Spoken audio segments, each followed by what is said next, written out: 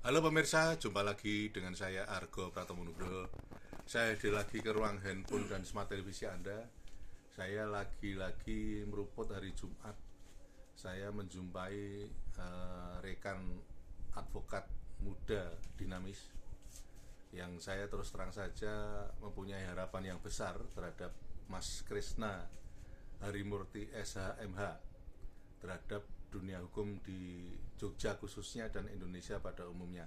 Selamat berjumpa Mas Krisna. Selamat berjumpa dan selamat pagi, sehat selalu Pak Argo. Ya. Terima kasih kunjungannya. Ya, Mas Krisna, ini saya kan sehari-hari kan saya secara periodik berkelana dengan masyarakat ya. Di sana saya mendengarkan keluhan-keluhannya, ceritanya, kegembiraannya dan lain-lain. Itu banyak masyarakat yang merasa hukum kita itu banyak yang tumpang tindih, Mas. Itu satu yang ingin saya tanyakan pada sampean, dan dua, saya ingin tahu kehadiran restoratif justice ini juga banyak dicurigai oleh masyarakat itu semacam kayak tempat untuk bersembunyi para pelanggar hukum itu. Itu menurut Anda seperti apa itu? Terima kasih Pak Argo. Baik ya. Jadi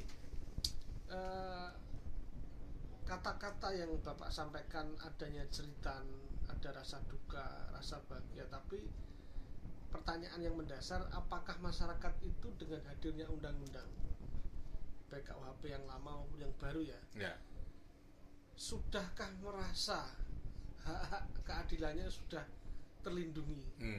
Tercover gitu ya? Ya, kan ada jeritan itu berarti menandakan sinyal yang penting, lonceng sebagai penanda bahwa keadilan itu masih hidupkah di negara kita, atau sudah matikah? Ini kan dua pertanyaan yang perlu dijawab oleh penegak hukum khususnya.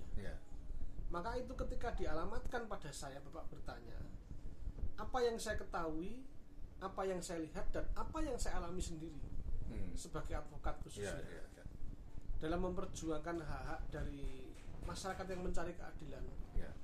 Saya rasa perlu ada pembenahan, kemudian ada brainstorming yang sangat fundamental. Tidak bisa hanya setengah-setengah, Pak Argo. Kalau mau Indonesia memberikan dan menciptakan keadilan sosial bagi seluruh Indonesia, itu jawabannya pada penegak hukum itu sendiri. Tidak bisa pada aturannya. Bahkan tergelitik saya, Pak. Mohon maaf. Yang memberikan keterangan itu adalah salah satu dari orang yang mempunyai pendidikan tinggi. Saya tidak sebut profesinya ya. Mengatakan bahwa tidak ada keadilan sosial bagi seluruh Indonesia. Loh, saya kaget. Maksudnya, coba aja kamu lihat. Ada tidak? Itu kan bahasa yang sudah a priori, Pak ya. Tetapi maka ketika ada keapriorian itu, apakah lalu kita menjawab, oh iya, kita tidak boleh berhenti di situ, Pak. Harus ada semangat optimisme, tetapi dengan catatan bagaimana menghadirkan, seperti tadi Bapak bilang, memberikan masukan ke saya, yang utama modal dari penegakan hukum adalah kejujuran. Tanpa itu tidak mungkin, Pak. Nonsen.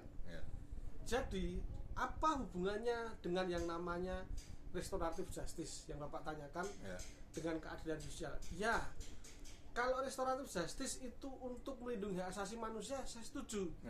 Tapi kalau ternyata digunakan sebagai dua alat yang berbeda, seperti Bapak menyinggung, apakah itu bisa digunakan untuk melindungi dari kesalahan orang, itu sangat berbahaya, Pak. Jadi restoratif justice itu adalah mengembalikan pada keadaan yang semula. Pertanyaannya, ada parameternya enggak ini? Kan itu. Apa semua bisa di restoratif justice? Nanti dulu, harus dilihat case by case dulu, Pak.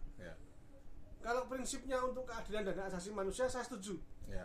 Tetapi kalau dibungkus dengan yang namanya tadi berlindung dari kesalahan, atau bahkan menurut Prof. Mahfud dalam setiap wawancaranya adalah digunakan sebagai, maaf tanda petik, itu salah satu upaya dari penegak hukum untuk melakukan pelanggaran malpraktik. Dugaan ya saya katakan. Nah itu sangat bahaya, Pak. Kalau begitu bagaimana mengkorelasikan dua pertanyaan Bapak tadi? Ya. Yang pertama, undang-undang sudah dibuat sedemikian rupa. Bagaimana penegak hukum itu menjalankan dengan namanya kejujuran? Ya. Yang kedua, kalau sudah punya modal itu, bagaimana dengan integritas moral tadi, Pak? Ya. Dan yang ketiga, hadirkan dalam ruang-ruang pencari keadilan yang namanya keadilan sosial bagi seluruh rakyat Indonesia. Ya. Jawabannya akan ketemu itu, Pak. Ya. Oke, terakhir Mas, Anda melihat seperti itu tetap optimis nggak dengan dunia yudikatif kita ini?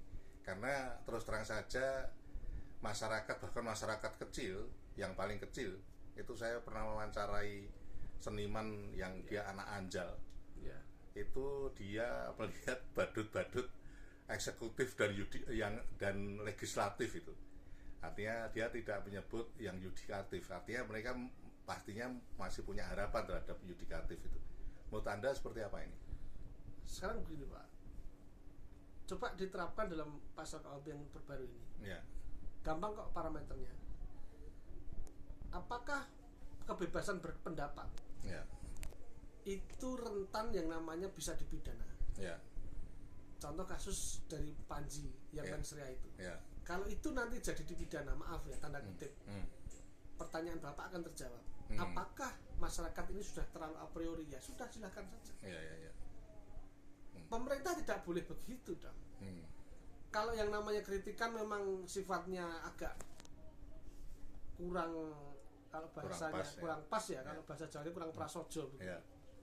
Saya pikir begini, ada ruang tertentu, Pak, untuk bertemu.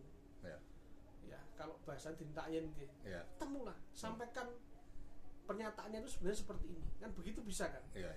Apa jalan pidana itu salah satu yang paling utama? Apakah dulu kalau saya mengenal ultimum remedium, Pak, digunakan pada saat terakhir? Kalau ini digunakan di awal untuk mempidana orang, ya sudah, setiap kali kita mau menyuarakan sesuatu hati-hati. Jadi kalau begitu, apakah ada kebebasan berpendapat di ruang terbuka publik? Nah, itu ada hubungannya dengan tadi kritik sosial dari paling bawah tadi, Pak. Ketidakpercayaan terhadap yang Bapak sebutkan dua lembaga tadi. Itu wajar dan sah saja, Pak. Kalau kita dikritik tidak mau, ya sudah, berarti menandakan, misalnya saya dikritik Bapak, Mas, dirimu ini kok kayaknya maaf ya, kurang begini. Nggak apa-apa kalau itu benar, Pak, untuk kebaikan saya. Saya harus menerima kritikan itu. Tetapi kalau caranya mengkritik itu menyerang langsung, Mas, gue ketoknya kurang seperti ini, nah itu beda, Pak. Tetap tata bahasanya itu kalau menurut saya jangan langsung reaktif, Pak. Ditelaah dulu kah? Apakah itu sudah sangat mengkerdilkan orang, ataukah itu hanya kritik yang sifatnya nyerempet gitu loh. Kan bisa didengarkan kan semuanya itu. Itu maksud saya, Pak. Jadi jangan terlalu anti dengan suatu kritik kalau itu sifatnya membangun. Oke, Mas. Siap, Pak. Sampai di situ dulu, nanti lain kali saya akan datang lagi. Matur nuwun, Mas. Terima kasih. Nah, pemirsa, akhirnya saya Argo Pratomunugro undur diri dari ruang handphone dan smart televisi Anda. Argo Pratomunugro terus beritakan, Anda yang membijaksanakan. Sampai jumpa.